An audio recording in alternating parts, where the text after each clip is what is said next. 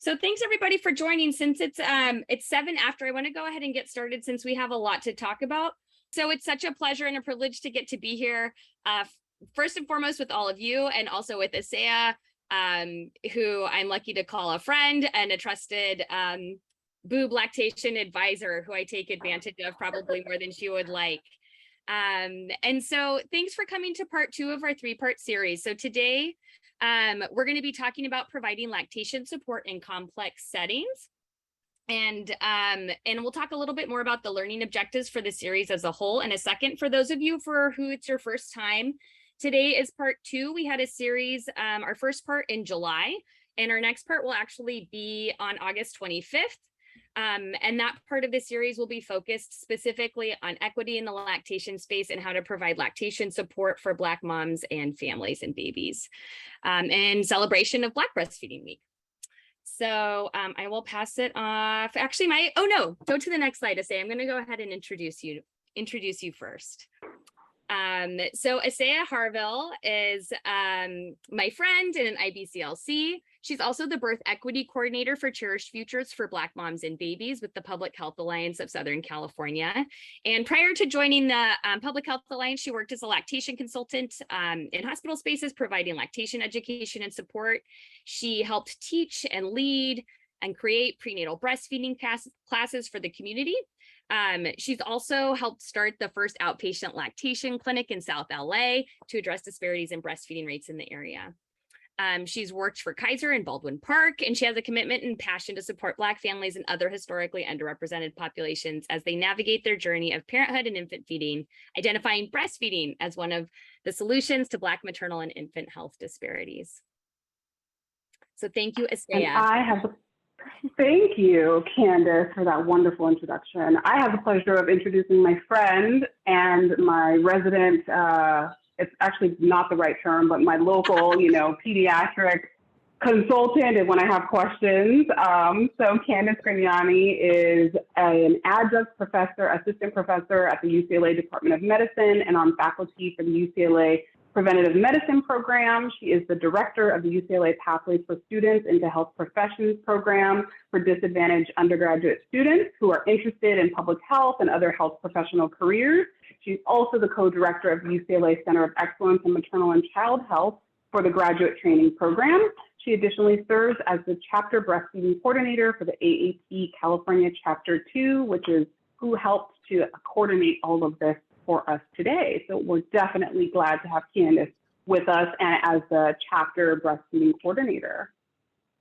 So apologies for the kind of some of the boring stuff we're going to go through over the next couple of minutes. So now is also a good time to grab a drink or a snack if you feel like it. And by the time you get back, we'll work our way through all of this. But just in terms of financial disclosures, so Asaiah doesn't have any financial disclosures to make today. In terms of myself, just a disclosure that I have in terms of relationships with pharmaceutical companies. So I did work on a Pfizer-funded study that was evaluating pediatric COVID household transmission a couple years ago at the start of the pandemic. But I don't have any financial conflicts of interest as a result of that, and that was evaluated by the CME accrediting body. So this educational series is lucky to be supported by a few different entities. So first and foremost, it's being supported by the Black Maternal Health Center of Excellence at the Charles R. Drew University of Medicine and Science with funding from the Conrad and Hilton Foundation. Asaiah is also the first Biddy Mason Lactation Fellow at the Charles R. Drew Black Maternal Health Center of Excellence. It's also being supported in part by a HRSA grant that I help work on that funds the UCLA Center of Excellence in Maternal and Child Health training program. Of note, the contents that we're presenting today do not necessarily represent the official views or endorsement of HRSA, HHS, the US government, or any other supporting entity or institution. All the content and info we talk about today is meant for informational and educational purposes only. If you happen to be a community member that stumbled upon this recording, please note that no materials intended to be a substitute for getting professional medical advice. So you should always seek the advice of your qualified healthcare provider with any questions you have regarding yours or your child's medical condition, diagnosis, or treatment. So any ideas, questions, content, or statements made or discussed by Asaiah and I today are our own, and they shouldn't be construed as the official position or endorsement of our employers or entities that funded this project or any of the projects that we work on. I tried to go as fast as I could. I'm not as and fast breathe. yeah, I'm not as fast as the commercials on TV, but I'm working on it. Quite all right. We just have to speed you up like by 30 or something, you know, a little faster. So thank you for that. Thank you for all of those pieces. They are important to include. So thank you for being the one who does them. Before we begin, really the bulk of the content today, I do just want to share that throughout the presentation, I will use the terms mothers or mom, women, and breastfeeding, and this is as shorthand for all people who get pregnant, give birth, and in terms of feeding. I also just want to acknowledge and recognize that not all such people identify with these particular terms. And so I would encourage all of us to use the terms that your patients identify with whenever you are supporting them. And that's on a very individual basis. And I encourage us to ask the questions as opposed to making assumptions around pronouns or preferred terms when we're working with our patient population. That said, Candace is going to go over the objectives. This is for the series, and then we will get started. Yeah, so as Asaiah mentioned, these are our learning objectives, and these are for the entire series. So you'll find that today we may not touch on all 6 of these learning objectives, but if you're able to watch or join us for all 3 parts of our learning series, we should hopefully be able to cover all of them. So our learning objectives for the series include to have the people who are joining and learning alongside with us be able to identify commonly faced problems by breastfeeding moms, to identify common hunger cues in newborns and infants, to discuss the safe storage and use of breast milk, to be able to help create feeding plans for breastfeeding infants with a variety of common issues, whether that be like NICU, grads, early weight loss, people who are bordering on hyperbilly, which we'll talk about today. We also hope you'll be able to discuss strategies at the outpatient level to help support lactation for caregivers that are coming to see you. And then also discuss how culture, systems, and structures impact breastfeeding journeys for moms and families and babies. And with that being said, I just wanted to say I'll be monitoring the chat box throughout the duration of our chat today. And so if you have any questions, you can always raise your hand. I'll be on the lookout. If you feel like your hand's been raised for a while and I haven't called on you, please type into the chat box and hopefully we'll create a really great, safe space for open discussion. Yes, and to that end, you know, our first session was really lovely because I think you all were very much engaged, those who were able to participate. And so we hope to, you know, build that same sort of environment for today. So please feel free, like there's no such thing as a dumb question. Please feel free to ask those questions or even just state, you know, your thoughts or feelings around a particular topic. And we hope to be able to have time to get through all of those for today. So with that said, happy World Breastfeeding Week, everyone. I hope everyone is aware that August is National Breastfeeding Month and that there are not only considerations for World Breastfeeding Week, which is August 1st to the 7th, but there's also other community-specific observances that I wanted to make sure that we are all aware of. So again, August 1st through the 7th is World Breastfeeding Week, and the theme for World Breastfeeding Week is Educate and Support. Starting August 8th through the 14th is Indigenous Milk Medicine Week, and their theme this year is Strengthening Our Traditions from Birth and Beyond. August 15th through the 21st is Asian American, Native Hawaiian, and Pacific Islander Breastfeeding Week. Their theme for this year is Telling Our Own Stories, Elevating Our Voices. And finally, August 25th through the 31st is Black Breastfeeding Week, where the theme this year is 10 Years, a New Foundation. So it's the 10th year of Black Breastfeeding Week being a thing, which is really exciting. And I also just think it's really important that we highlight the really wonderful cultural observances that happen in National Breastfeeding Month.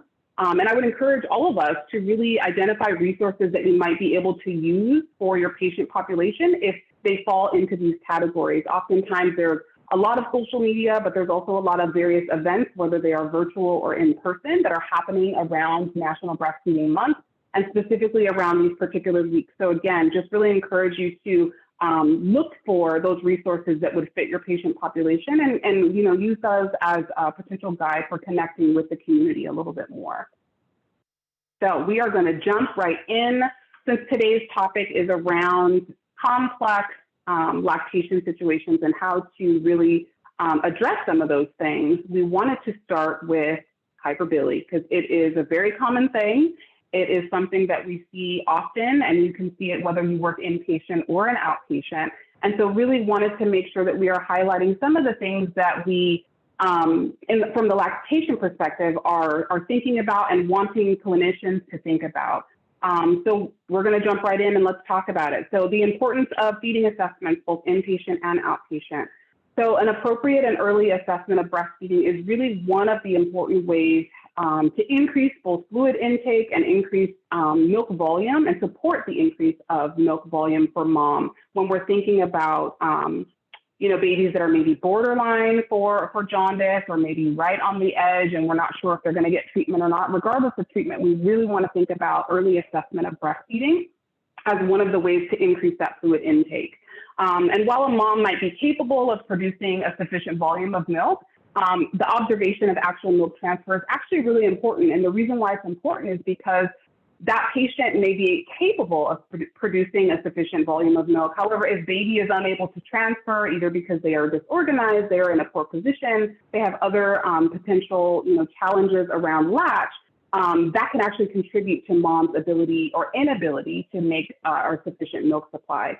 So it's really important for inpatient support to include feeding assessments, whether that is by the nurses or by your inpatient lactation consultants. Really want to encourage that for all babies, but especially for those who are borderline hyperbiliary or already there. And again, that should continue to the outpatient setting as well. And when we think about feeding plan development, let's talk about that for a second, because I think that's something that often happens when the baby is borderline for jaundice is that there are discussions around what needs to be done. Does the baby need to be fed more frequently? How do we develop a feeding plan to prevent this baby from needing to be under phototherapy?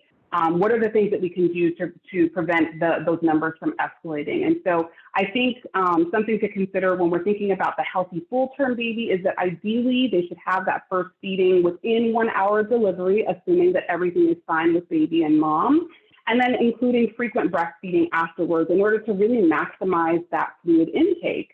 And this might need to also include feeding baby some express colostrum. So if you did not have a chance to attend our first session, we talked a lot about hand expression being a really wonderful tool to give to moms in order to, number one, help them see that they do have milk, that their colostrum is amazing and it's already there. But also if there are issues with latching, right? So if the baby is having some difficulty in that transition period from in utero to now on the outside, and they're having some difficulty latching, or maybe they're too sleepy to latch, hand expression is a great way of making sure baby is getting that intake of fluid and on a regular basis in order to both maximize their intake, but also stimulate mom's milk supply. And hopefully for the baby who is borderline for jaundice, thinking about how we can prevent them from those numbers increasing. So again, expressing some colostrum if latching is a problem might be something that we need to do on an inpatient basis. Another option that we should consider when we're thinking about feeding plan development is also using the express colostrum after or in place of breastfeeding. And again, that hand expression is a great way to do that, especially in the first 24 to 48 hours when the pump might not be as effective and generally is not as effective.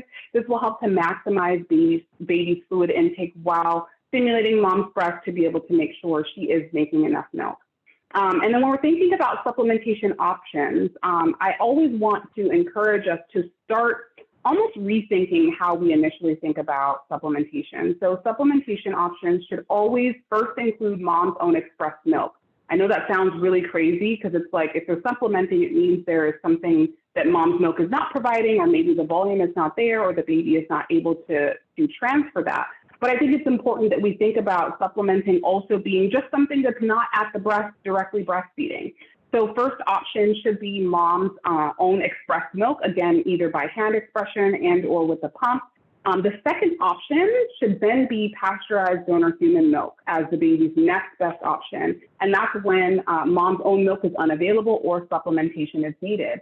I really like the fact that the AAP just released some updated guidance on June 27th, and that is actually included, that the pasteurized donor human milk is the next best option. So again, just really shifting the way we are thinking about supplementation options is going to help maximize this baby's ability to receive mostly, if not all, human milk. And again, that's just going to help in their development. Because I think often the next option is not really mom's own milk or even pasteurized donor human milk, the next option is almost always formula. And so that's most often what we think about when either the provider, whether it's the nurse or the pediatrician, is thinking about this baby needing to be supplemented. And so I just want us to think about what we have access to. So do we have access to a pump? Is mom hand expressing? If we don't have access to that, if mom is not able to pump or not able to hand express, do we have access to pasteurized human donor milk, either by our own, maybe our NICU has it, maybe our well baby area has it. And if not, what are those entities that do have it that we can maybe think about accessing for this baby?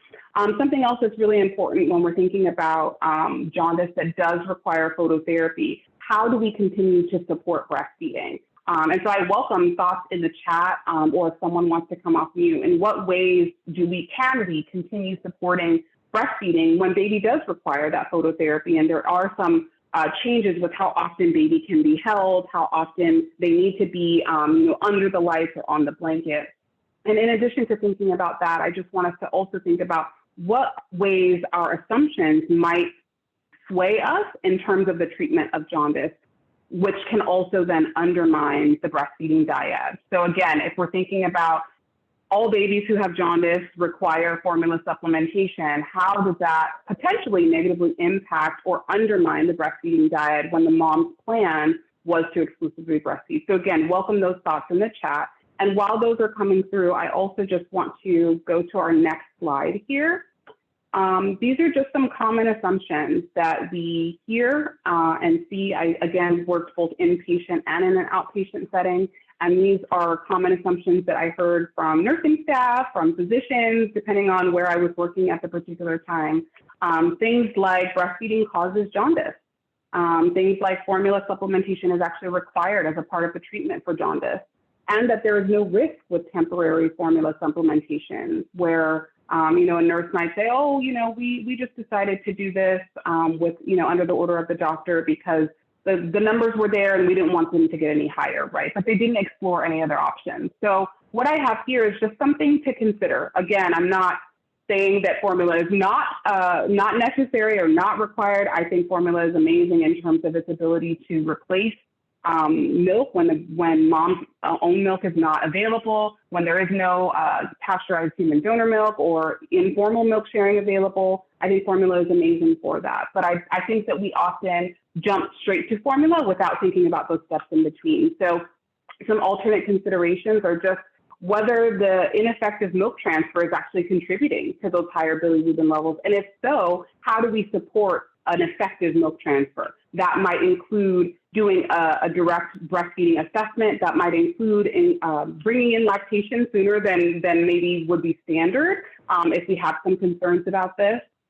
Increasing breast milk intake volumes can actually help to decrease bilirubin levels, especially for those babies that aren't quite on the level where we need to do treatment, but we know that if we can just increase their fluid intake, that those bilirubin levels will go down because that will help them to poop the more they take in, right?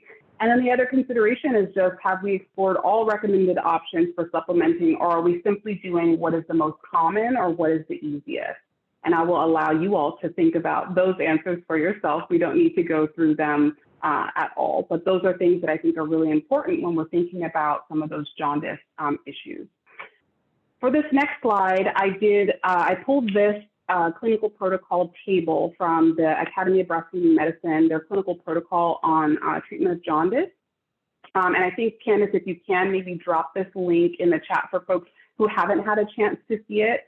The thing that I like about this protocol, number one, is that they make distinctions between suboptimal intake jaundice, or what is previously referred to as like breastfeeding jaundice, and then what true breast milk jaundice looks like. So we obviously don't need to go through this whole table. You can see it here. But another thing about this protocol that is really nice is in the actual narrative around it, it talks about how you can mitigate some of the need for supplementation that kind of happens as a standard and really support the breastfeeding dyad. So again, this one is the Academy of Breastfeeding Medicine Clinical Protocol number 22. It is the guidelines for management of jaundice in the breastfeeding infant 35 weeks or more of gestation. And this one was revised in 2017. And we can really just see here how there is an actual distinct difference in the suboptimal intake jaundice versus breast milk jaundice. And often the two are unfortunately referred to synonymously. So I think it's important that we make some of those distinctions early on, and that we are able to then identify the appropriate treatment for where this baby is. And so with that said, let's talk about it. What questions, what thoughts do you have that come up around this distinction? What thoughts do we have around supplementation questions? And Candace, if you can help me, because I can't see everybody. So if there are like hands raised or questions in the chat, that would be helpful. Genevieve. Hey, Asaiah, how are you? Hey, Genevieve, how are you? Good. Good. Forgive me for being on my bike, but I haven't exercised all day, so I'm gonna ride a little Good for bit. you. Multitasking. Good. I love it. Hey, so one of the biggest problems with jaundice is a sleepy baby, a baby that simply won't rouse for feedings. And one thing I think that is really important in this particular complex situation is to be careful about how we talk to new mothers or parents about jaundice, because like today I had a mother whose baby was 19 days old, who the baby was born by forceps. So there was a lot of bruising on the baby's head. So the message the mother got was, because of jaundice, you can't breastfeed, even though nobody actually said those words to her. And she was breastfeeding beautifully. So she left the hospital believing that in order to prevent jaundice, that she would need to offer a bottle of 60 mils before every breastfeeding. And in 6 days, the baby was gaining an average, to the question about pre and post feed weights. We did a pre and post feed weight today. The baby was gaining an average of 57 grams per day. So this baby was being overfed at 19 days, because the baby transferred in under 20 minutes, 106 mils. So this baby was breastfeeding beautifully. There was actually no risk of jaundice, actually, because this baby was breastfeeding so beautifully. But instead, this mother has been doing a crazy feeding plan of offering 2 ounces or up to 4 ounces, then breastfeeding, then pumping, and trying to feed back this milk every 3 hours. So we have to be really careful about the language that we use with parents. And we have to be really careful when we say to a parent, this baby's behavior is a little unusual and it's a sign of jaundice, but it doesn't mean that your breast milk isn't important for your baby. And it doesn't mean that you won't be able to breastfeed. But right now we have to do a special plan until the baby's more vigorous. So that's just my one comment. I so appreciate that, because I think that in lactation, and Genevieve is in lactation, so that's why she is mentioning it the way that she is. I think we are challenged, right, in lactation, because we are seeing moms, whether they are inpatient or outpatient, and very commonly it's outpatient, who have been given no guidance, no plan, no instruction on how to feed their baby. Often it's, their concerns are dismissed. And so they wind up doing these crazy, triple feedings. They wind up being so exhausted from doing all of these things, when really, if they would have gotten some appropriate guidance initially, whether it's inpatient or in the immediate, newborn exam outpatient, that would have mitigated a lot of that stress. So I appreciate you for sharing that. That's something that I hear and heard very commonly in the outpatient clinic as well, Genevieve. And, that's, again, it's part of why we were doing this session is because we want to connect those dots and explain what we're seeing from a lactation perspective, and how we can, hope to mitigate some of those challenges that families are coming into lactation clinics with before they even happen. And that will just help to guide them a little bit better. And I see there's another hand up. Is that Hope? Hi, Hope. Let's see. Hi, this is Hope. Genevieve, you must have been standing on my shoulder yesterday, because I had the exact same situation yesterday, like almost verbatim. And I at the place that I work at, a lot of our families, I'd say probably 40%, maybe higher, of our families, English is not their first language. And so some of the jargon that we use as shorthand in clinical encounters, they just don't translate easily. And so we think that we're being very precise, and we're not. And even using a translator, my Spanish is very functional. And I will listen to the Spanish translator with the family and realize that the message that I've delivered is not the message that they have received. So words do matter in this regard. And we get pushed, I get pushed. People want to get the kids out of the hospital. We don't want them to stay longer than they have to. And so, formula gets them out of the door faster. And so, well, if we just give them a couple bottles a day, then they can go home and they'll be fine. I'm like, and so we do get that push from a utilization management perspective, not thinking about what we could be looking at later on down the line. I wish that this was a topic that got discussed more in pediatric residency programs. I just did nude conference for our residents at CHLA. This is the second time or third time I've done the presentation, but it's once a year. And that is so inadequate. And yet I know that, they work to get it in with everything else, but it's something that needs repeating often and needs supporting often and needs reinforcement often. And so I just wish I wish I could do a better job to support our residents in them being more able to advocate and support moms breastfeeding. Excellent. Thank you so much, Hope, for sharing. Candace, are there other hands? There are. Mickey has her hand up. Mickey, you want to unmute? Hi, Mickey. Hi, can you guys see me? You can see you. Okay, awesome. I just honestly, that is so new to hear about the donor breast milk. We use it in our NICU here in Louisiana in Baton Rouge, and I always just felt like that was reserved for those tiny babies, and I never even thought to ask or have that as an option for families who are having difficulty, with latch and producing their own breast milk. And so I just kind of wanted to know, how did you overcome the barriers of discussing that with the hospital staff, even with the NICU, to say that these babies matter too?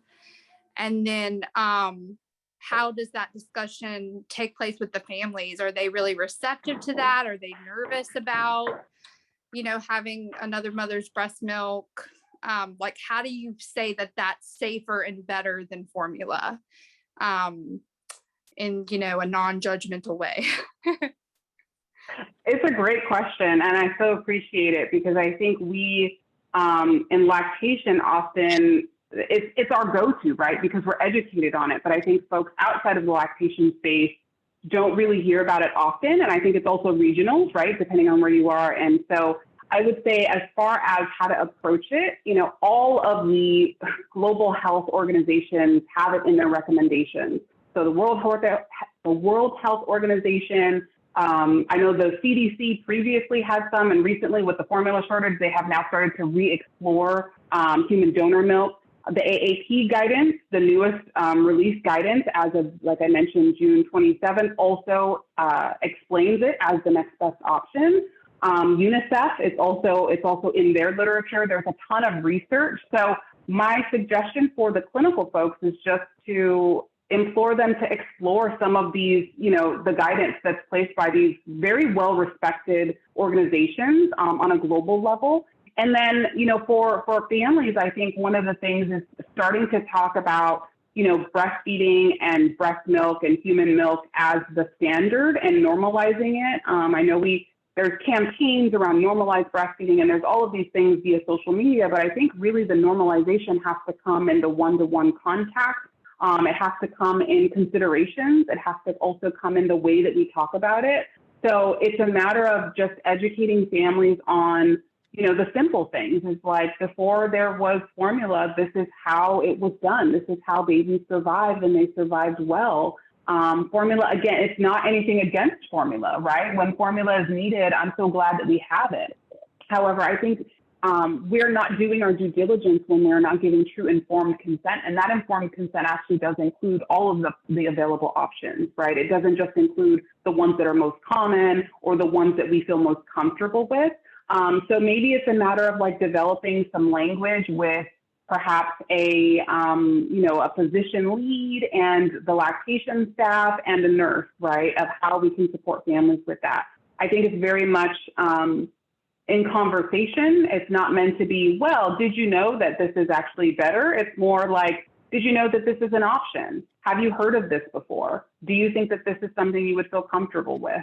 It is the recommendation of all of these, the World Health Organization, the AAP, the UNICEF, all of these global organizations. So I think if we are offering that as justification, it might not be that this particular baby gets it, but it might be that their next baby who might need it gets it, right? So it's planting those seeds, and it's being able to just really give folks the best options. And again, it's not just for our NICU babies, it is for our full-term babies as well. So thank you so much for that question. I appreciate it. I think we have time for maybe one more question, Candace, on this one, and then we can keep going. Sounds good. Jamila, I hope I'm pronouncing that correctly. Yes. If I didn't, okay. Hi there. So Hi. In my training, we were lucky to be a breastfeeding friendly hospital. So we did get experience with that donor milk. But the one thing I noticed, we were in a zone where there were a lot of young teen moms and like 19, 21-year-old moms who were first-time mommies, and then the family medicine / OB team would be like discharging mommy right away. And we're like, hold on a second. Mom doesn't know how to breastfeed her baby. We need lactation to get on board. We need to make sure that duo is working together. And so I remember, as Hope mentioned, like we're trying to get the baby out the door. Teams are trying to get the baby out the door, and baby's not ready because mom doesn't know how to work with the babies. We're like, hold on, we need at least one more day.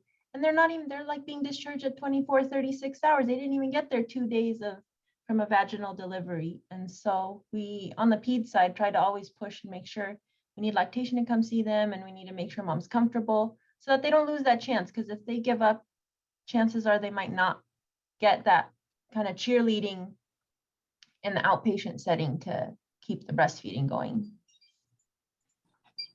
For sure. Yeah, thank you so much for sharing that. I think that's a common, that's something that a lot of the pediatricians probably on the line would echo, that's their experience as well. And I think, that's part of the challenge, right? Because we are all working in our own particular specialty. And unfortunately, what that does is that separates the baby's care from the mom's care. And that doesn't allow for this opportunity to think about what they need together. I think one of the beauties of lactation is that we are perhaps the only specialty that really sees them as a dyad, more so than any other, right? And so as a dyad, we are looking for what is happening with baby as an individual, what is happening with mom as an individual, but also what is happening with them together, right? Because oftentimes we can say, oh, the mom is doing great, but the baby's not doing great. So really that translates to the mom not doing great as well.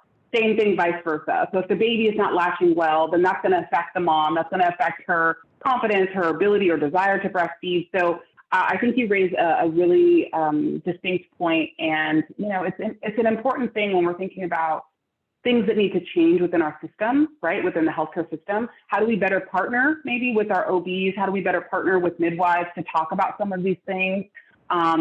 Especially for those first-time moms, whether they're 19 or whether they're 39, right? They might need some extra support. So what does that look like for them in the hospital? And then what does that look like to provide them those referrals that are needed once they're discharged as well? So thank you so much for raising that.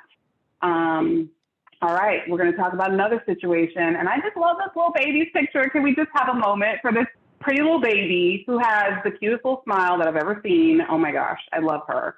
So let's talk about it, yeah? We're gonna talk about NICU families and how do we support those complex situations, whether they have jaundice or not, right? The NICU is an experience in and of itself. And so I think it's really important for us to think about some of the things that we can do to continue to support breastfeeding in the NICU and what that might look like depending on what's happening with the baby. So number one, when we think about NICU support and supporting NICU families, I always want to think about what is and how often is skin to skin happening, if at all.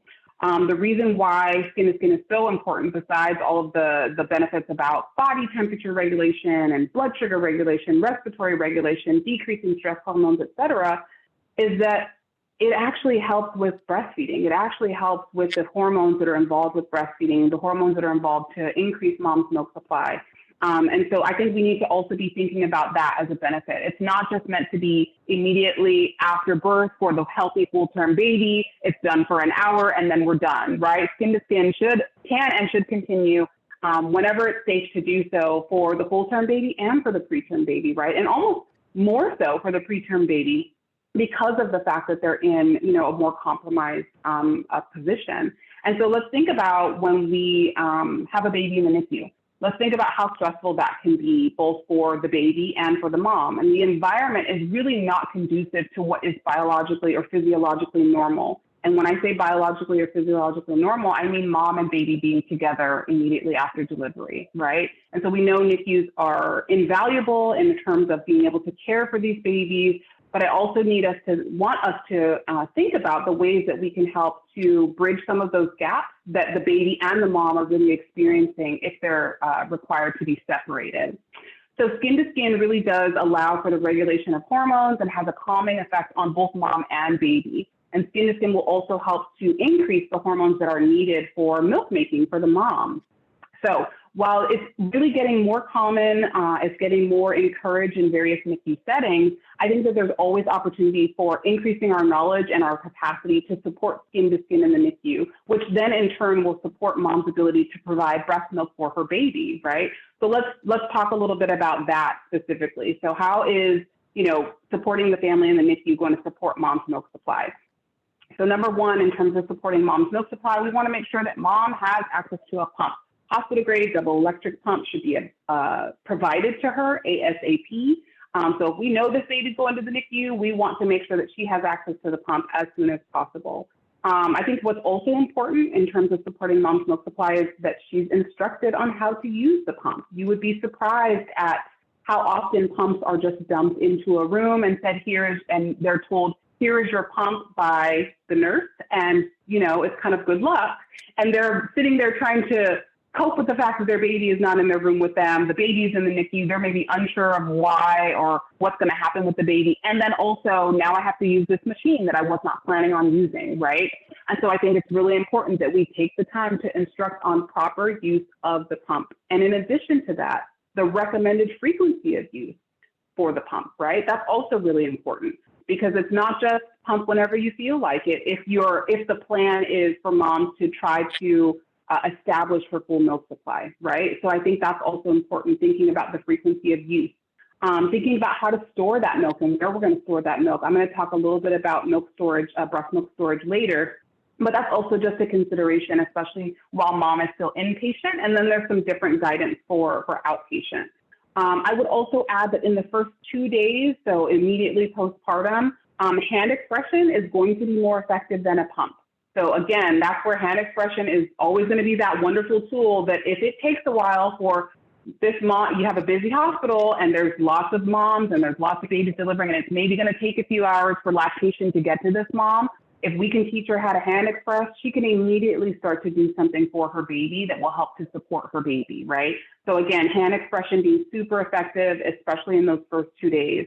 And I would also offer that hand expression in combination with pumping, which is sometimes referred to as hands-on pumping for those of us in lactation, is actually known to increase pumping output. So when we're thinking about not only establishing milk supply, but maintaining a good milk supply and increasing that milk volume, if we're doing some hands-on pumping, which is basically doing some hand expression while mom is pumping, that will help to increase her milk supply as well. And then allowing mom to access the baby as often as possible, as often as safe. So this is, again, assuming that mom is in a place that she is able to go visit the baby, that baby is able to be seen. Thinking about that as a way to also support mom's milk supply.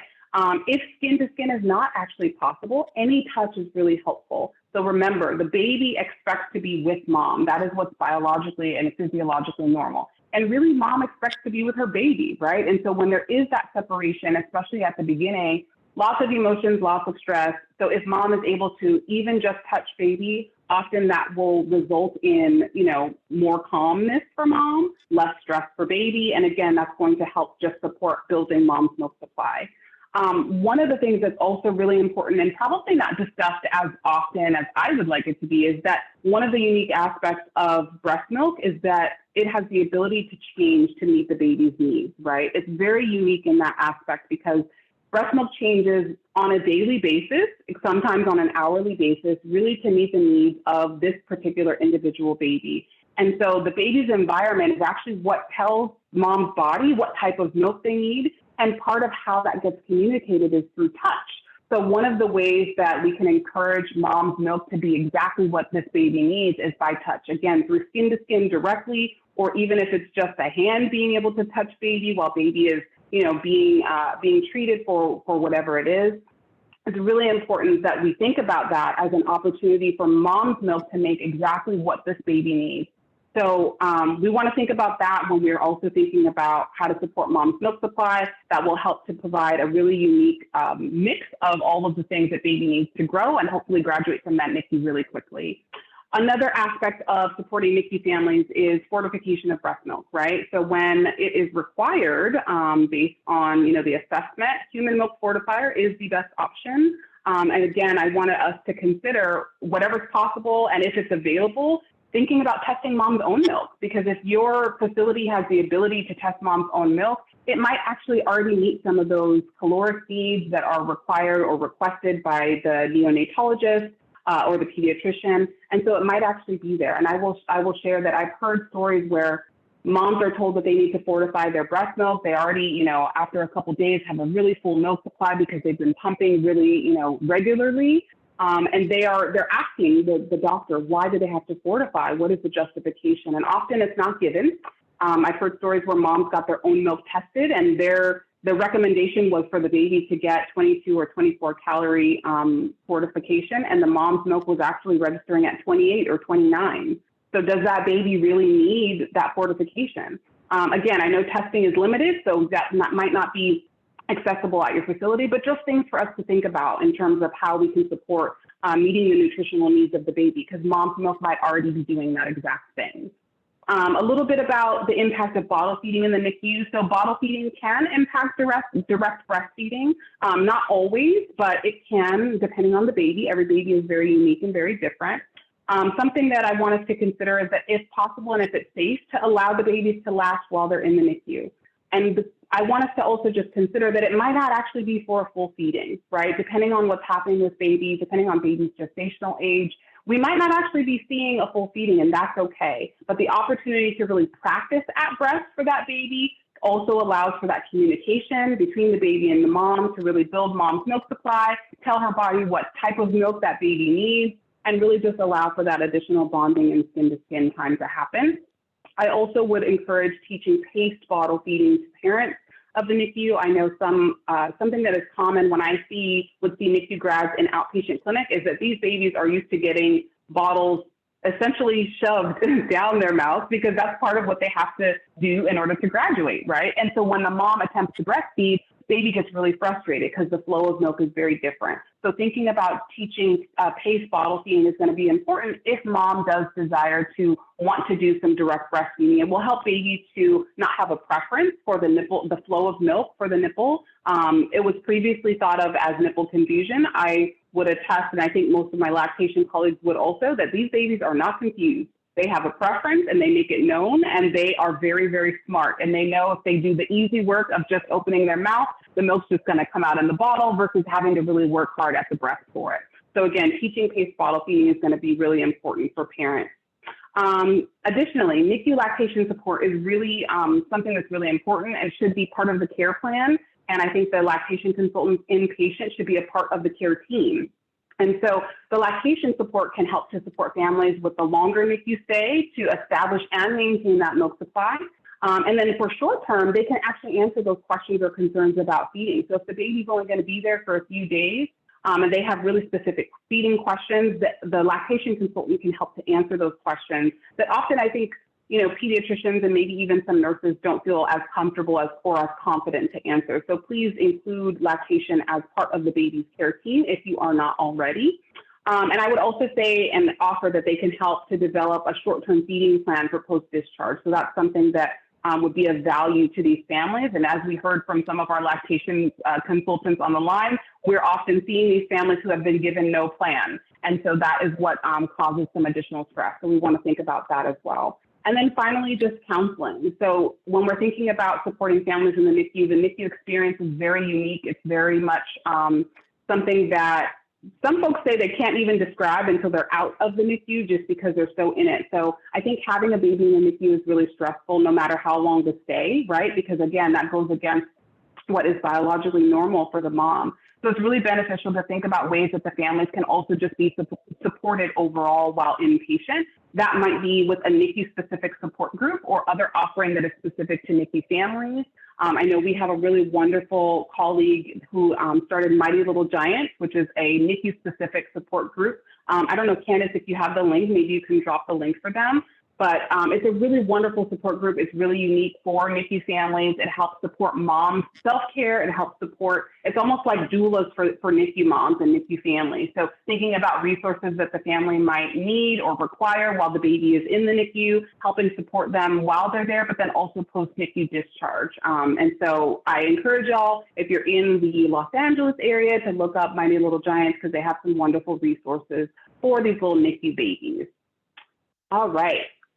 Next, we are going to watch a really short video on one of my favorite neurosurgeons, which is weird to say because how many people have like multiple neurosurgeons that they know, or a neurologist, I should say. Or wait, what is he? Candace, is he a neurologist, Dr. Bergman?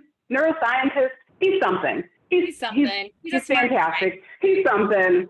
Whatever he is, he's wonderful. So I want to just play this really short video so we can talk a little bit more about the benefits of skin to skin, especially for those NICU babies. And feel free to put questions or thoughts in the chat while we watch. Myself, my particular interest is the first hour, the first 6 hours impacts how we're going to become socially and emotionally intelligent. This is the essence of my research. The babies that are put skin to skin are warmer, measurably by 0.5 degree. They have a higher blood sugar. They have a better return. They are breathing better, but above all, they're awake. They're alive. That aliveness and awakeness has got an important dimension. They will open their eyes and connect with mother. The first thing would be that the baby's born and it must stay with mother. And it stays with mother on mother's skin. Mother's skin is different to the skin on the rest of her body, and it's designed to be the place where a baby's born. And when the baby's born, it comes here and it's warmer. It's 2 degrees warmer there. And the baby will get its warmth from there. All the mother has to do is just hold her baby and love her baby. When baby is born, one of the things that we would want to say to moms and dads is that this baby knows mom, and mom's smell in the uterus, mom's taste in the amniotic fluid, the sound of mom tells me I'm safe. Now, when I'm born, if mom is there, then I know I'm still safe. When the baby's born, especially if it's premature, what we will do is to put the baby very tightly in skin-to-skin contact, so the baby's like in the uterus almost. That containment is deep pressure touch, goes directly to the emotional processing unit of the brain and reassures the amygdala that you're safe. And it's very important to ensure that parents learn quickly they can do this containment touch.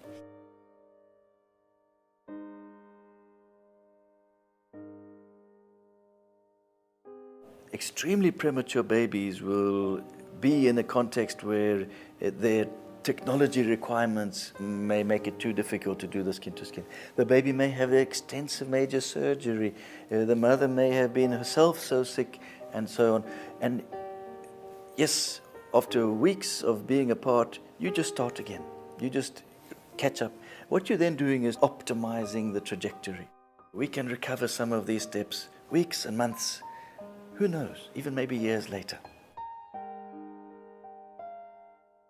The people who this baby should be exposed to are the ones who are going to be with this baby intimately, emotionally, closely for the next 2 to 3 years. I call part of the attachment environment, because now the baby learns that this is somebody that I must trust.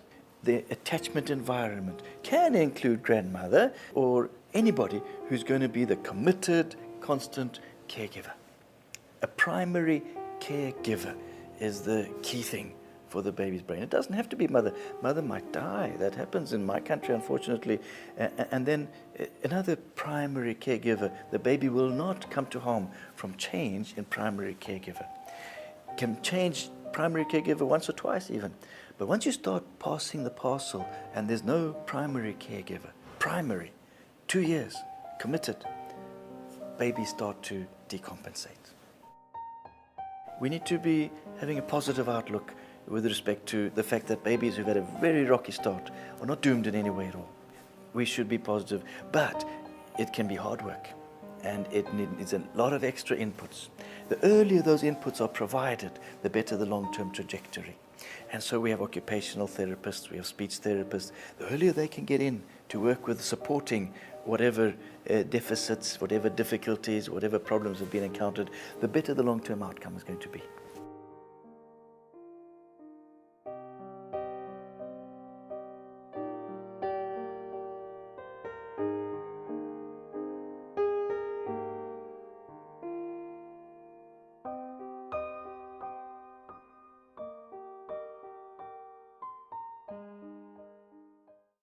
All right. Well, that's good, right? It's good to know that even when they have a rocky start, they can still recover, rebound, and do really, really well, especially with the support of you all, with the support of Lactation, with their moms, with their dads, with whoever is their primary caregiver.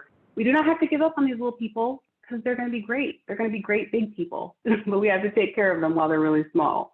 All right, so next thing we are going to do is do a scenario. Let's talk about it, just like we did last time. So our scenario for today, baby girl is born at 29 weeks and 5 days, and other than being born early, her vitals have been stable and she has no other complications. This is the first baby for the family, and mom had planned to breastfeed, but now does not know if that will be possible. So let's discuss it. How can we support this mom to breastfeed? Thoughts, considerations, questions? Is it even possible for a 29-weeker to be able to breastfeed? Is that even a thing? Feel free to raise your hand, come off mute, put it in the chat. Any thoughts around this one? And if there are no thoughts, I'm gonna have to ping Candace and see what she thinks. Genevieve says yes. Any thoughts? Yeah, Genevieve says yes. I always have thoughts, so I can tell you I have a 28 weeker whose mom is fully breastfeeding, and she was fully breastfeeding by 4 months postpartum and is still breastfeeding at 6 months.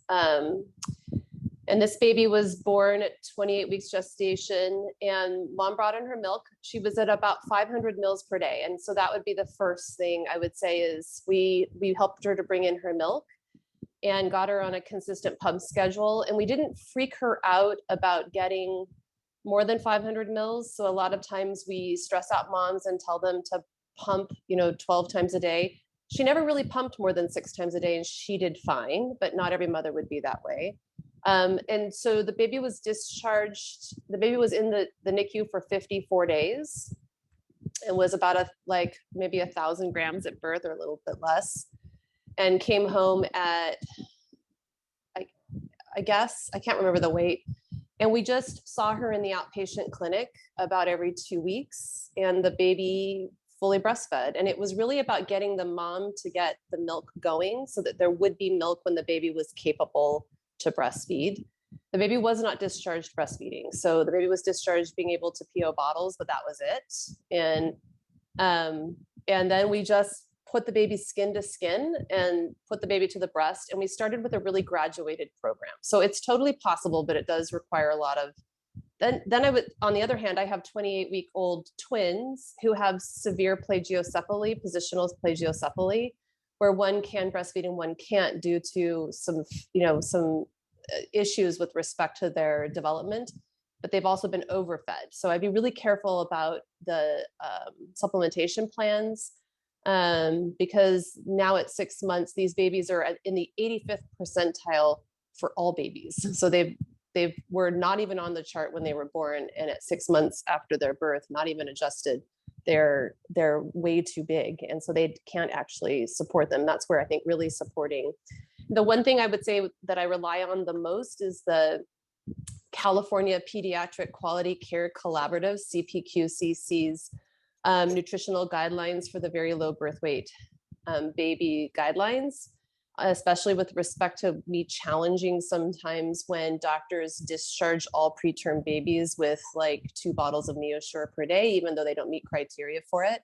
And the mother has got, 1,000 ounces stored in the freezer, and she's putting all of this milk in the freezer, and there's plenty of milk, and the babies are transferring really well. So sometimes we go back and I really ask the parents to really consult with their NICU team about whether or not they really need to be doing so much extra supplementation. Definitely they need the CalFOS. So there's that, but I don't know if they necessarily, there's a timeline and it needs to be done with labs, and there's some other things that need to be done they just sometimes discharge, and the peds that follow up don't actually do that. So I'm going to stop talking. I see other people wanting to talk. No worries. I appreciate, as always, Genevieve, I love you.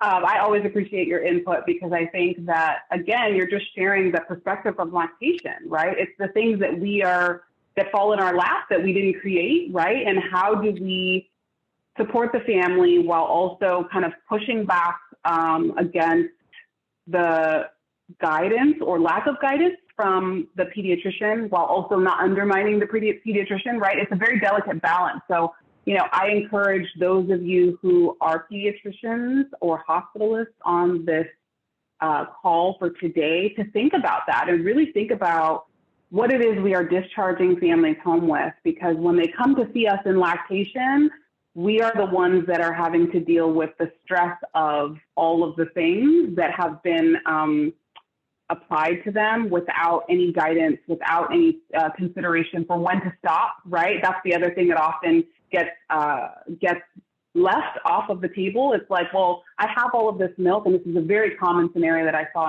in outpatient. I have all of this milk in the freezer. What do you mean I still have to fortify with these 2 bottles? And what is the justification for that? And often it's just, well, that's just what your baby needs, without actually finding out if that's what the baby needs. So again, for my hospitalists, for my pediatricians, inpatient or outpatient, try to partner with your lactation consultant, especially when you've got one as good as Genevieve. Like, she is going to make sure that this baby gains weight, right? It's not in our, nor the baby's, nor the family's interest for us to create a plan or develop a feeding plan that is not going to work or is not going to be effective. So I encourage us to think about how we can best partner, as opposed to it being kind of a very siloed situation where families don't know who to trust, don't know what advice to follow, and just really wind up being more stressed than they already are about that. And Hope, I see your hand up. Go ahead. Oh, okay. I was already unmuted. So I hear what Genevieve is saying, and I appreciate that. We do some things reflexively. As a former NICU dietitian and one who works very closely with our dietitians in the NICU, they have great respect and reverence for the use of breast milk and the offering of breast milk. There are some considerations, though, like a lot of our NICU babies are at greater risk for osteopenia. And so that's where some of those fortification guidelines come from. And yes, if we were to follow these items more closely, then maybe we could back off, or we could have more titration as the baby is getting ready to discharge.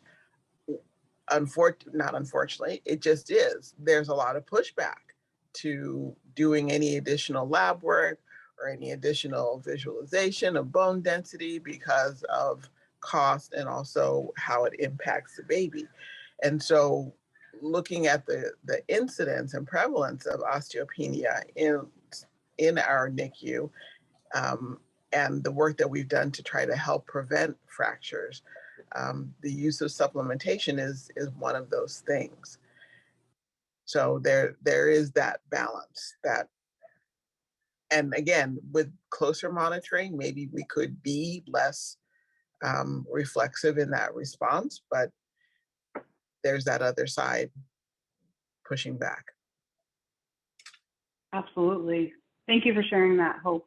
Again, we hope that these sessions are meant to be, if not eye-openers, at least cause you to think about what is available, what's accessible, how maybe you might take your practice in a different direction, how you might start to implement some of these suggestions, and really how to partner with all members of the care team to better support families. That's ultimately the goal for this. So thank you all for your contributions to this discussion. I appreciate it. So now let's talk about the NICU grad, right? How do we make sure that now that the baby is out of NICU, they're seeing us or getting ready to see us in lactation, getting ready to see you all in outpatient peds? How do we make sure that we are still supporting those NICU grads? So obviously, I'm going to recommend lactation follow-up whenever possible, just the same as we would want to make sure that this baby gets seen by the pediatrician and outpatient. I would want these babies to be seen in an outpatient setting for lactation specifically as well. And ideally, there's a relationship between a lactation consultant and a pediatrician so that the information can then be shared, right? Whether that is someone in your office, whether that is a lactation consultant that you trust, making some of those connections will just really help your practice and really help to support the family. When we're thinking about feeding assessments, the feeding assessments can be done to really ensure that continued growth so that we're not giving arbitrary supplementation recommendations. We're not just saying, well, you just have to do this formula because, right? If we're able to do an actual feeding assessment, we can determine what makes the most sense for this individual dyad, for this individual baby based on those individual circumstances.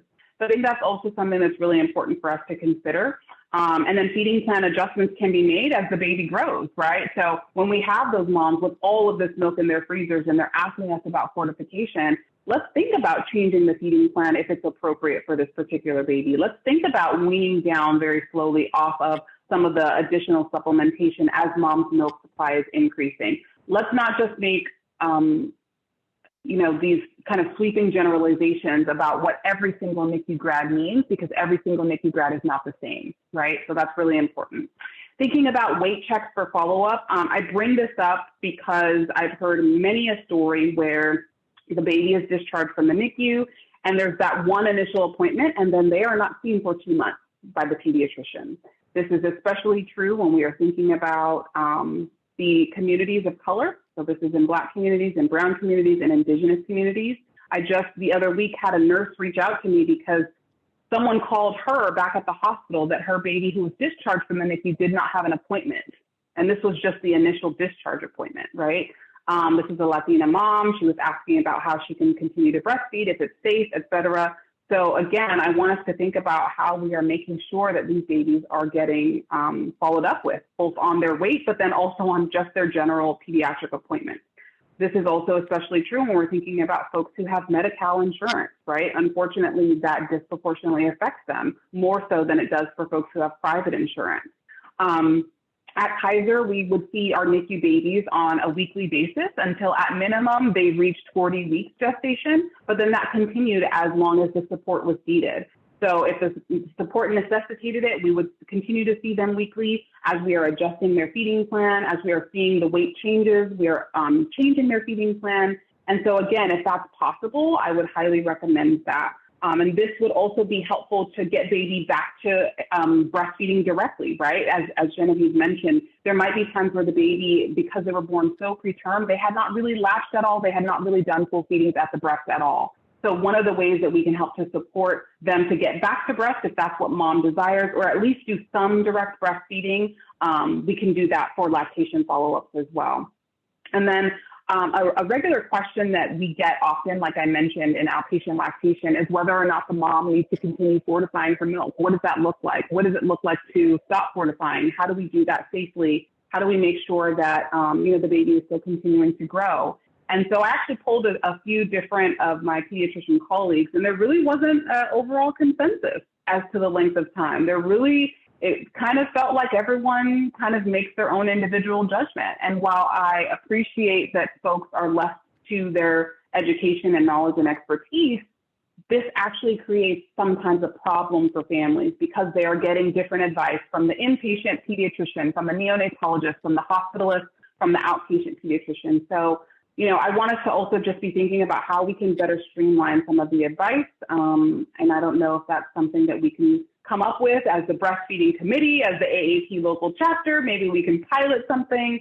But I think that that's really important when we are thinking about addressing the need for continued supplementation or fortification of milk.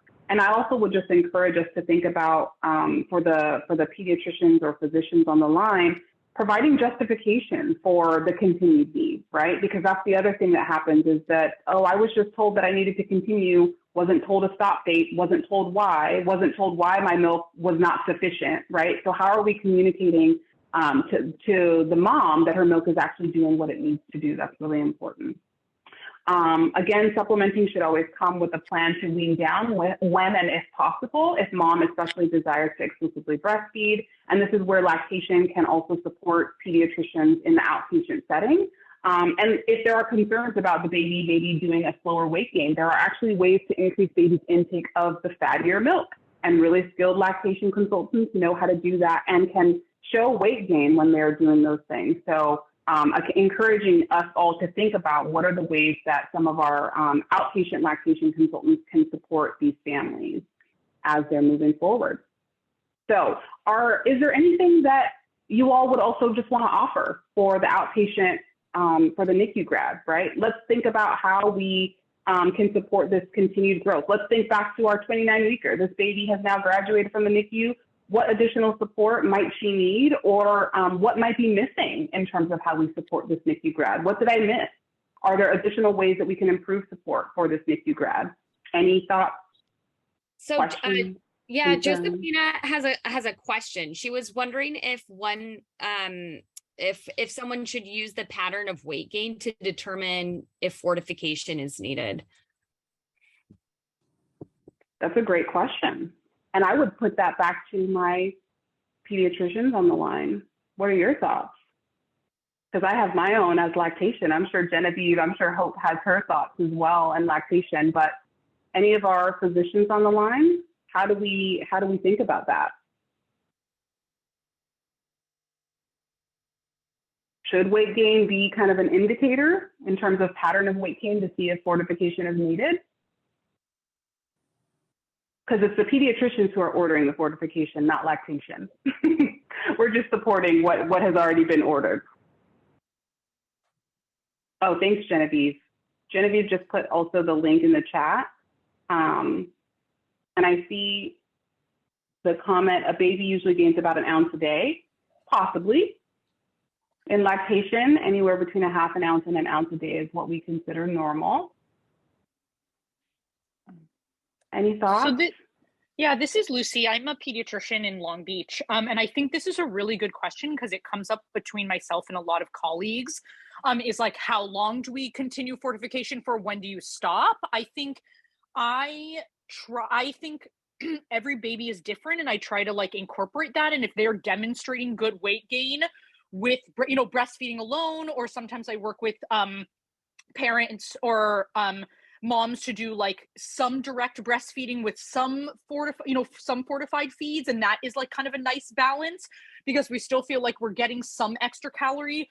Unfortunately, we don't have the resources in my clinic to do any of the breastfeeding testing to like determine caloric content, which is really kind of a shame. But I think it really depends on the baby and how they're doing. Usually if they've shown consistent growth, for me, like a lot of it is also just good follow-up. If they're continuing to demonstrate it, you have them come back maybe sooner than what you would expect for a well checkup, but for a weight check, and they're continuing to do that, I don't think there's any problem. And I think you can continue to work with the family on that. Thank you. That's super helpful.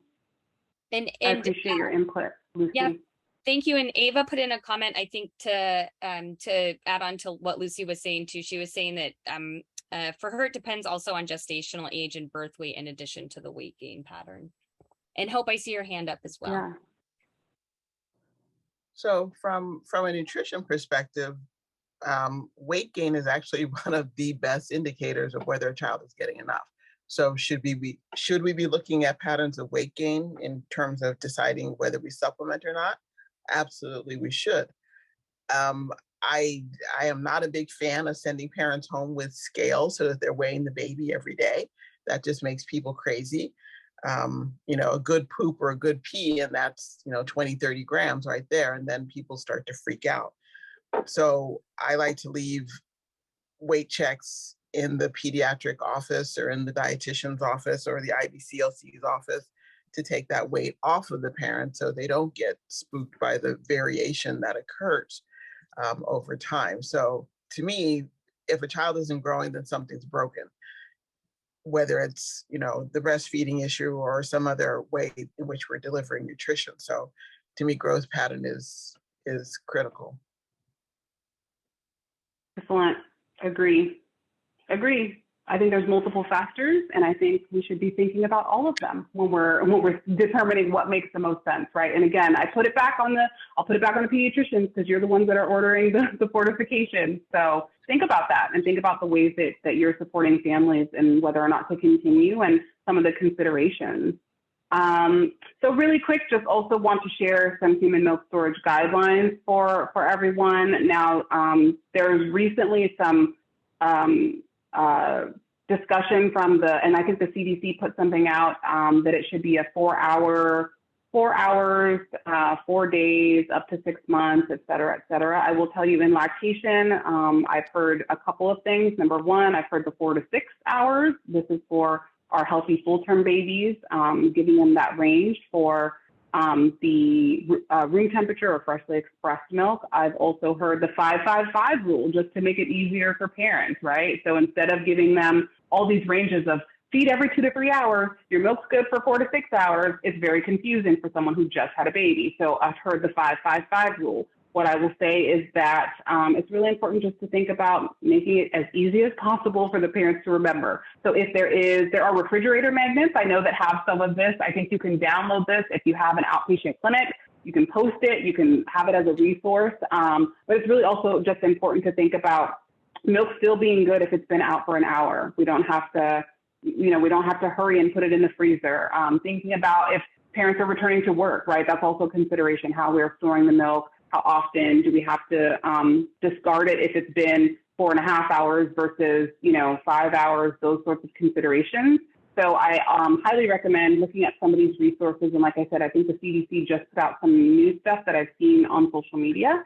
And these are just helpful to be able to guide parents, and they can use it on their refrigerator. That's usually the easiest since that's where they're storing some of the milk. And that winds up being a great resource for your office as well. So a couple of other kind of complex situations that we're just going to do really quickly because I'm looking at the time and I just want to make sure that we have time to go over these really quick.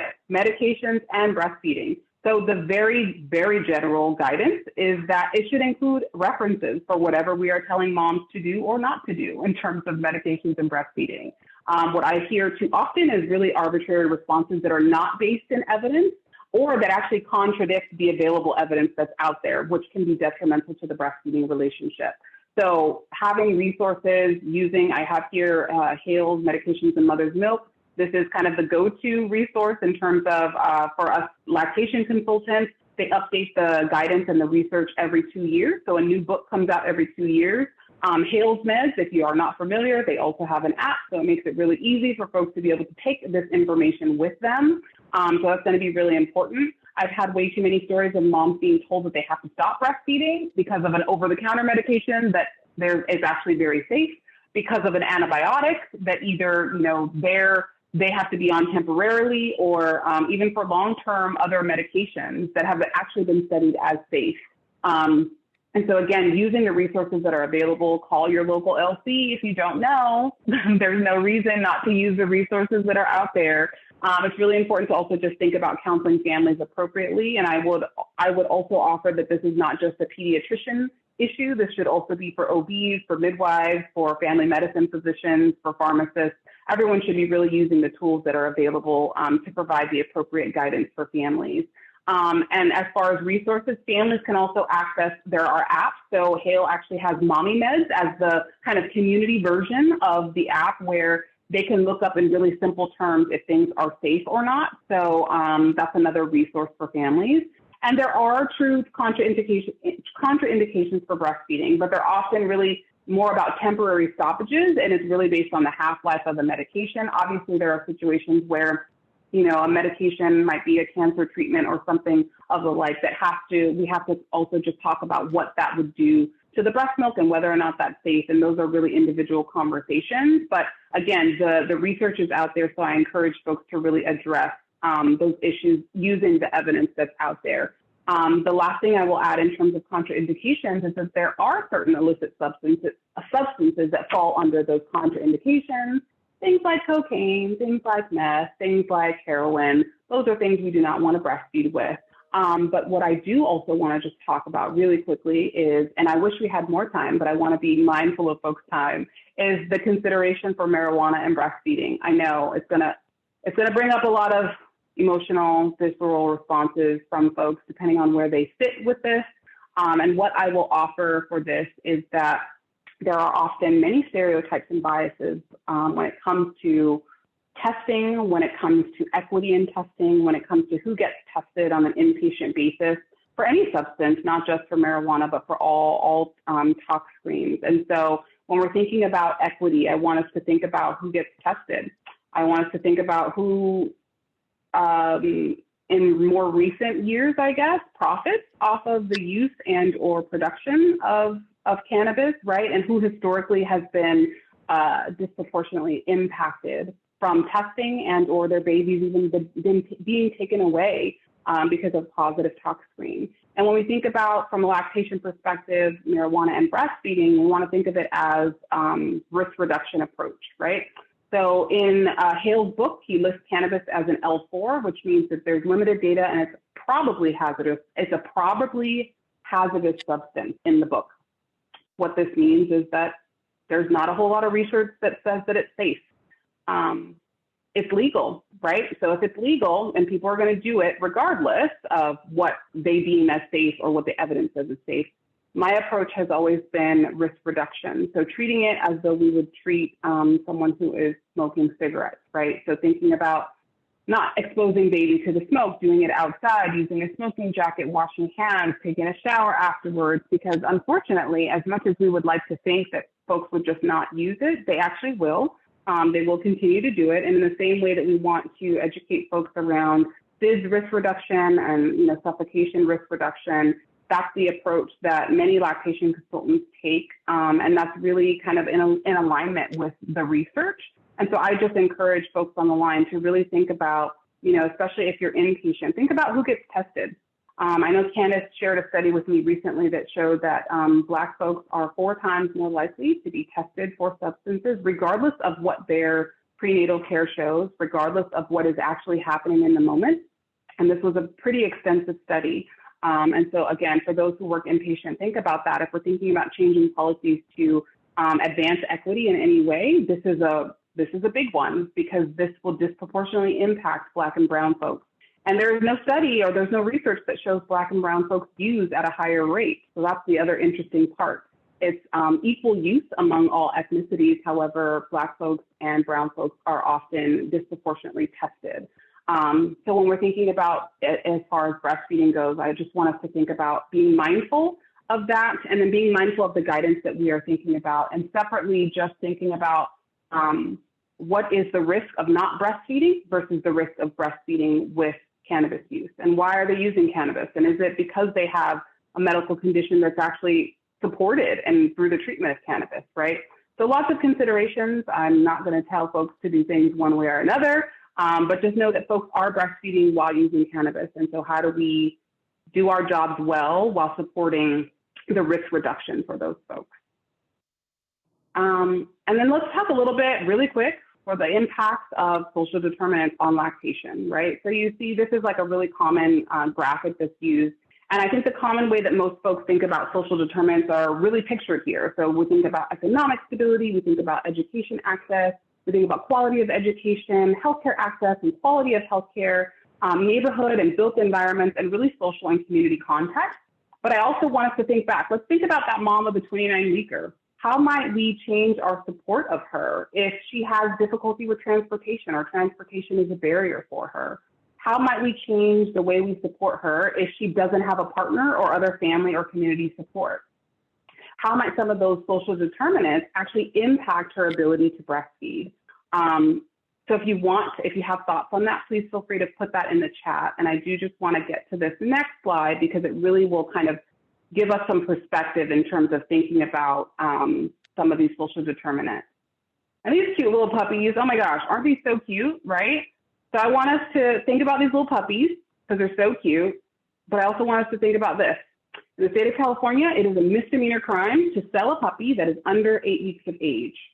So let's rephrase that. You cannot remove a puppy from its mother prior to it being 8 weeks old. It is a crime, and I believe the fine is around $1,000. Yet women are forced to return to work, often well before 6 weeks of maternity leave, due to the financial strain that is caused by not having paid maternity leave. So that's the 50 or 60% of what your income is that California provides while a mom is on disability is really not enough for many folks to survive on. And this will disproportionately impact Black and Brown and Indigenous families like many other policies do, right? And so let's also think about why puppies can't be removed prior to 8 weeks. I had to look this up because I didn't know this was a crime, you guys. Let me tell you what it says. It says that besides behavioral issues, puppies who are separated from their mother before 8 weeks are likely to exhibit social anxiety, social discomfort, fear of the outside world, poor communication skills, and lack of confidence. Those are for puppies, you guys. So let's think about what that means for babies when their moms have to go back to work before 8 weeks because they cannot survive on what the paid leave policies are for our state. And we have it better than many other states. So for those of you who are in other states that don't have any sort of paid leave, this also affects your patients as well. So I just want us to think about that. When we think about advocacy, when we think about policies, when we think about equity in the way that we support families with breastfeeding, it's a crime to remove a puppy, but it's not a crime to have a mom that has to go back to work 2 weeks postpartum. And I've supported many of those moms. I supported one recently. And, you know, what can we do about that? How can we change that? How can we change that system? Really important to think about. And I think those puppies on this picture will help remind us to think about that, right? So one final thought just in terms of those social determinants. I think we should really think about how society supports women and moms in general. There's no federal paid maternity leave. Not all of the states have breastfeeding protections for returning to work. And who is most impacted by these policies? It's always low-income women of color, right? We have the worst outcomes in the developed world for maternal and infant health.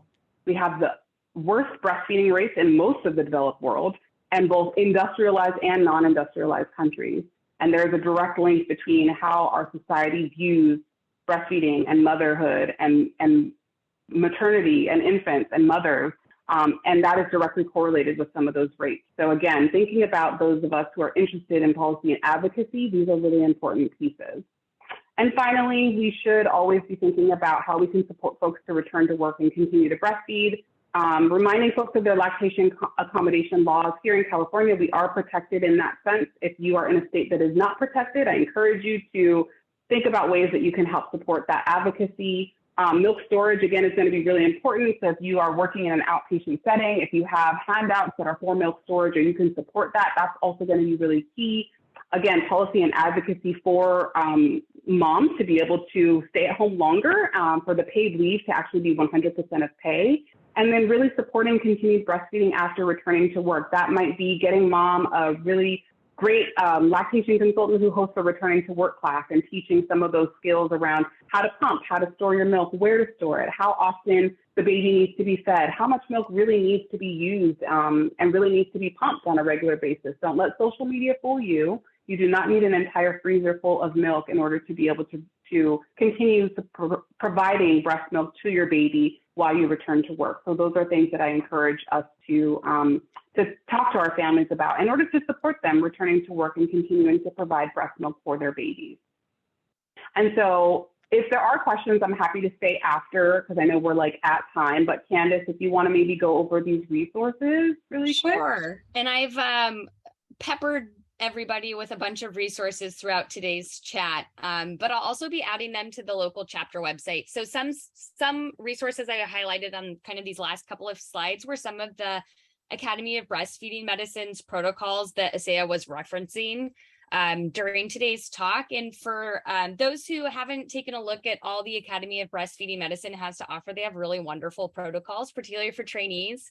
I didn't learn about Academy of Breastfeeding Medicine until after I was done with my residency, unfortunately, but hopefully you guys see much more on top of it than we were when I started my training. So I just highlighted 3 that were most pertinent to today's talk, but there's lots more. I also provided the link to Mighty Little Giants, which is the NICU support group that Asaiah was mentioning earlier. For those of you in LA County, I put a link to the Breastfeed LA resources map, particularly for community pediatricians, outpatient docs, but also if you work inpatient and you have moms, birthing people, families, you want to connect to lactation resources close to home. It's a great place to be able to type in a zip code or an address and find a local lactation consultant that's put their information into the system. I think there's a couple more. Mother's Milk Bank in San Jose. So there's also an informational section on the San Jose Milk Bank for healthcare professionals about 1, how you can help your patients access it, but 2, also how your patients can donate it, which are both really important things to be aware of. Is there a resource for donor breast milk in the LA area? So in terms of Milk Depot, I don't Yes, there will be very shortly. So one of the things we're working on with the Black Maternal Health Center of Excellence through Charles R. Drew University is that we are hoping to open a Milk Depot for South LA specifically. We are still working out some of the details, but that will be available hopefully very soon. I know sometimes there are, especially during National Breastfeeding Month, there are various milk drives that are happening at local clinics in Los Angeles. And so you might connect with some of the clinics in the area to see if they are hosting any sort of milk drive. Breastfeed LA sometimes also just offers resources around that as well. And then as far as milk, like if folks need it for their patients, because I think, Lucy, you were mentioning your pediatrician. So San Jose Milk Bank patients can actually get 40 ounces of human donor milk without needing a prescription.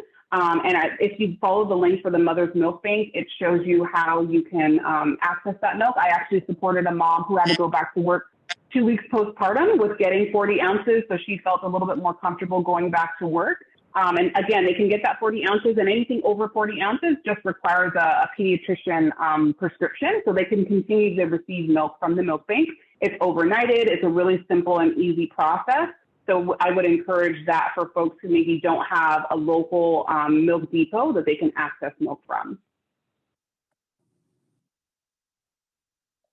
All right. And so in terms of additional upcoming opportunities to learn, so this is again, part 2 of a 3-part series. So part 3 will be on August 25th, same time, same place, unless you're in a different place, but it'll still be on Zoom. And then the recordings will also be stored on our website. Someone had mentioned maybe that they were having some issues accessing the CME survey to fill out. So I'll troubleshoot that with Tomas Torreses, who works with AAP Chapter 2 and figure out what to do for that. So please join us. It's going to be really wonderful. And then I'm sure you're all have a lot of burning questions that we perhaps were not able to get to today. And as part of her summer series, Asaiah is doing lactation office hours every Tuesday from 12 to 1 p.m. on Zoom. And so there's a flyer here. There's also a flyer on our website. And you can just stop in. It's meant to be drop in. You can stop in with 1 question. You can stop in with 10. You can stop in and listen to other people's questions. So please, it's a great resource, particularly if you have like a burning issue or this patient you've been thinking about, and you're not quite sure what to do, feel free to drop in and kind of think things through with Asaiah. I see there's a lot more conversation going on in there. And this is just the boring information about the CME that we have to put on the slide deck. But I wanted to thank everybody for joining us today and for sharing this space. And for for Asaiah, and also for Hope and Genevieve sharing all of your lactation consultant insights. It's been really wonderful. I'm so glad we had some trainees on today as well. And it's like so reassuring to see so much passion that you already have for this very crucial and important topic, because it takes all of us to support lactating moms and families and people who want to pursue a breast milk feeding journey, but also any feeding journey, right? It's hard to feed, period, your kids. So we have to support all of our families, and it's so great to share this space with everyone. Yeah, thank you all so much. Appreciate you for coming and hanging with us. I know it's been a long week for me, probably been a long week for most of you. So appreciate you all for staying with us. And again, I'm happy to stay on for another few minutes if folks have some lingering questions that we didn't have a chance to offer or answer. But otherwise, thank you so much for coming, and hopefully we'll see you at the next session.